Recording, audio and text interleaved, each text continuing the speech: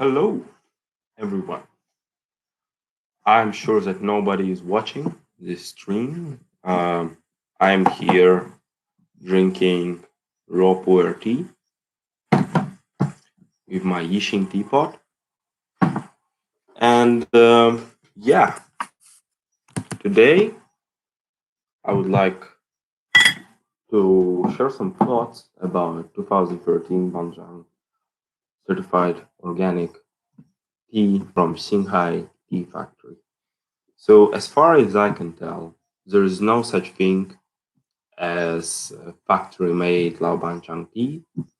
It's pretty much all boutique nowadays. But Banjiang area is quite big.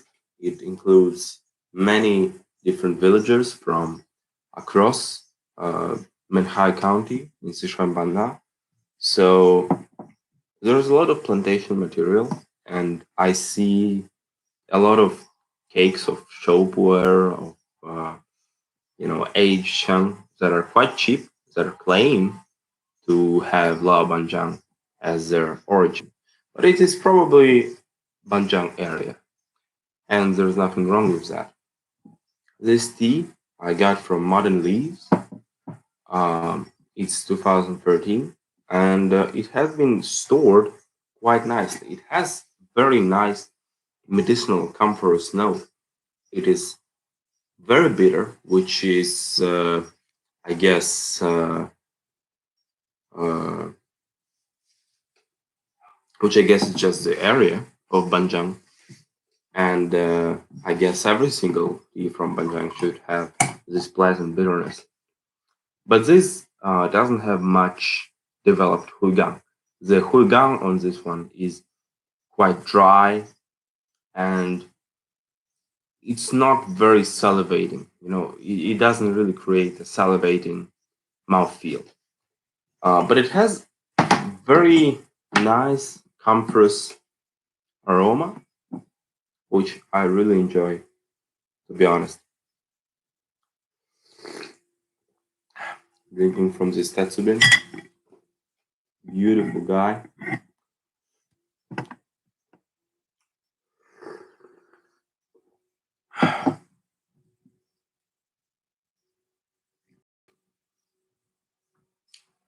I really do believe that in order to get into Chinese tea, Bulang area is not comprehensible for most people's palates.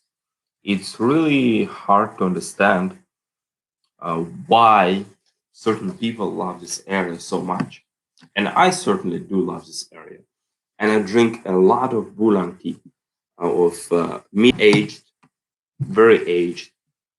And, I find it quite interesting that I like this tea so much because I don't think that it's really, I can explain to you verbally why I like this type of tea. I don't think that this is something that can be explained even. It's bitter, it's astringent, it's dry on a palate, it is not very sweet, and actually it makes me feel quite dizzy. After I drink a lot of poor tea, it makes me feel a little bit bad, you know. I find myself drawing to that tea more and more. It's bitter, it's aggressive. I don't know, maybe I like pain. Maybe I am in deep, maybe we're all in deep pain, and this tea just helps to lower the suffering a little bit, but I like it a lot. Ulan character teas are absolutely incredible. Like, they're tremendous. Younger Bulan teas, I feel like, are, when done right, it's actually the process of Shaitsing, as far as I can tell. The process of Shaitsing, if you make it too much, if you make it like really fried up, it's gonna have this green tea flavor. which is not very good. And also, if you fry it up so much, it will not age as gracefully. As far as I can tell, these tea that have been fired too much, after a year, will be just a pile of weed, of hay. It will have the taste of sticks and nothing else. Uh, what you, however, if it's gonna be too little of Shaitsin, well, if it is completely too little, of course, this is gonna ferment, which is not very good. It's gonna be a bai cha or hong cha, something like that. But if it's too little, like you have to hit this zone of quality, right? But if you're just on the lower end of that zone, in the first half a year of aging a cake, it's not gonna deliver very much to you. It's gonna be quite pale and unconstructed character. You really have to age tea with low Shaitsin for a long time. I think this is important. But most people actually just make it fixing a little bit over that point to make the tea palatable in the first year. Why factory tea is good, like this Xinghai tea factory tea, is because they can make the Shaitsin very good, on point, because they're not gonna sell the tea the first year. They can wait a year, maybe a couple of years. I see a lot of cakes in the factories that are being pressed from aged matcha. And aged matcha is not something that you will find in an average farmer household. Actually, I'd probably say that farmers are interested in selling their tea in the first year, in the first couple of weeks, perhaps. If their village is famous, they're not going to be sitting on matcha to press the cake in another year. So we're really going to have a little bit stronger chatsing. So this Banjiang tea.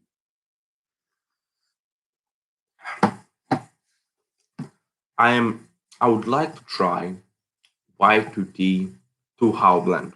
They make this blend, I believe, from 2015. They've been making it from nearby villages. So I'm just going to tell you that at this stage of life, this is not a very pleasant tea.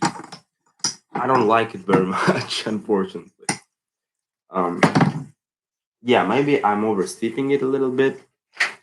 I mean, we will do shorter steeps. This is 9th infusion as we're talking about right now. So this is pretty, pretty up there. But I think there's something wrong with this tea. And by the way, this tea was packed in a vacuum seal. I bought it from Mud and Leaves, and they had this sampler. I actually bought this teacup of like the secret colored glaze. I'm not sure, if it's really visible, but nobody gonna watch the stream anyway.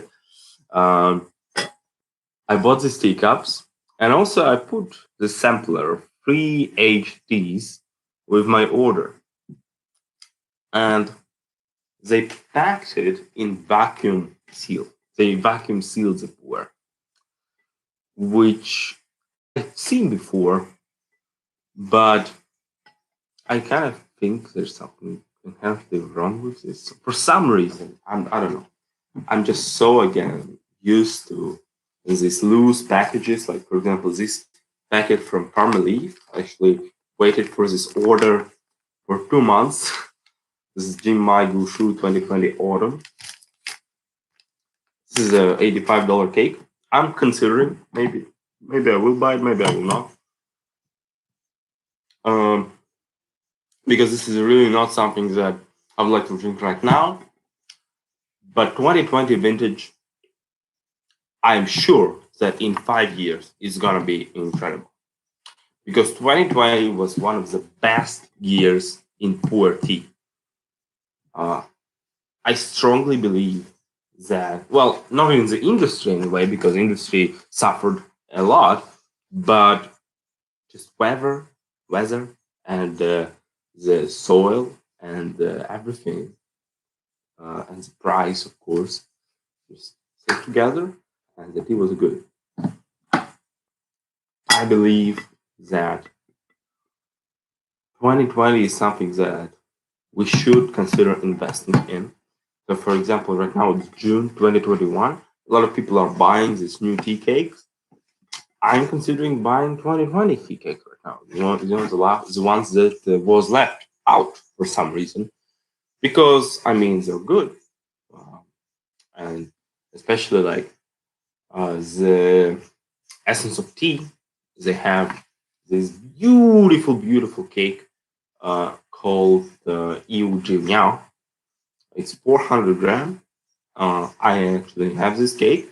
I'm drinking it regularly. EU character, pretty strong, not very expensive, and pretty good. I mean, I like it a lot, and I think it's gonna age gracefully. Not perhaps as gracefully as factory tea, but this is something actually that I kind of want to talk about. It's so, a lot of thoughts come into my mind. I've been wanting to talk to the audience, even though nobody is going to watch the stream. I've been wanting to talk for the longest time ever. But basically, what I want to discuss is why a lot of, for example, Hong Kong collectors prefer factory tea to like old growth Gushu tea from the farmers. And I actually believe that when we're going to be aging teas, the teas are going to age differently. And actually, in my honest opinion, there is a limit to which you need to age your tea. I don't think that you should be aging teas indefinitely. I don't think that if we're gonna find a tea, for example, from Qing Dynasty or from early Republican period, I don't think we should be drinking that necessarily. I mean, it's interesting from the connoisseur perspective. It's interesting to look into the notes, to look into, to realize how this much aging actually envelops on the tea. Because, as you know, there is something that's called fermentation book. There's actually something that's called limitation limits. Um, in the industry, in the wine making or beer making industry, there is something that's called uh, the percentage of fermentation in product. And this percentage actually comes from the derivative of oxidation. And generally, the consensus is the Puer tea reaches 100% of its oxidation in about 60 to 70 years. And we're talking traditional storage here. We're talking Hong Kong storage. But with dry storage, it may not be super different. Because even though traditional storage gives the tea a head start, and dry storage may go like this, but after about, I think, 50 or 60%, it really goes on a plateau. And dry storage will also reach that plateau, and they're going to go in the same speed. So 60 and 70 years, it's around the time when the cake is going to be 100% oxidized. And it's going to have cha taste. I mean, this is something that a lot of people not considering, but basically oxidation and post fermentation in a very dry environment may even be close and similar to Hong Cha. What is done to basically Hong Cha when is being processed. A lot of Hong Cha producers actually will do a little bit of Hong Bei after a while of oxidation to basically stop this oxidation. But Puer lovers drives this on.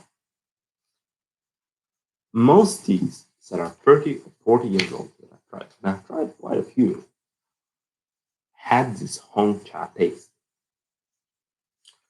I think processes are very similar. So why factory tea? Because factory tea actually reaches its peak condition in around 15 years of storage. In around 30 years of storage, it reaches its lowest point.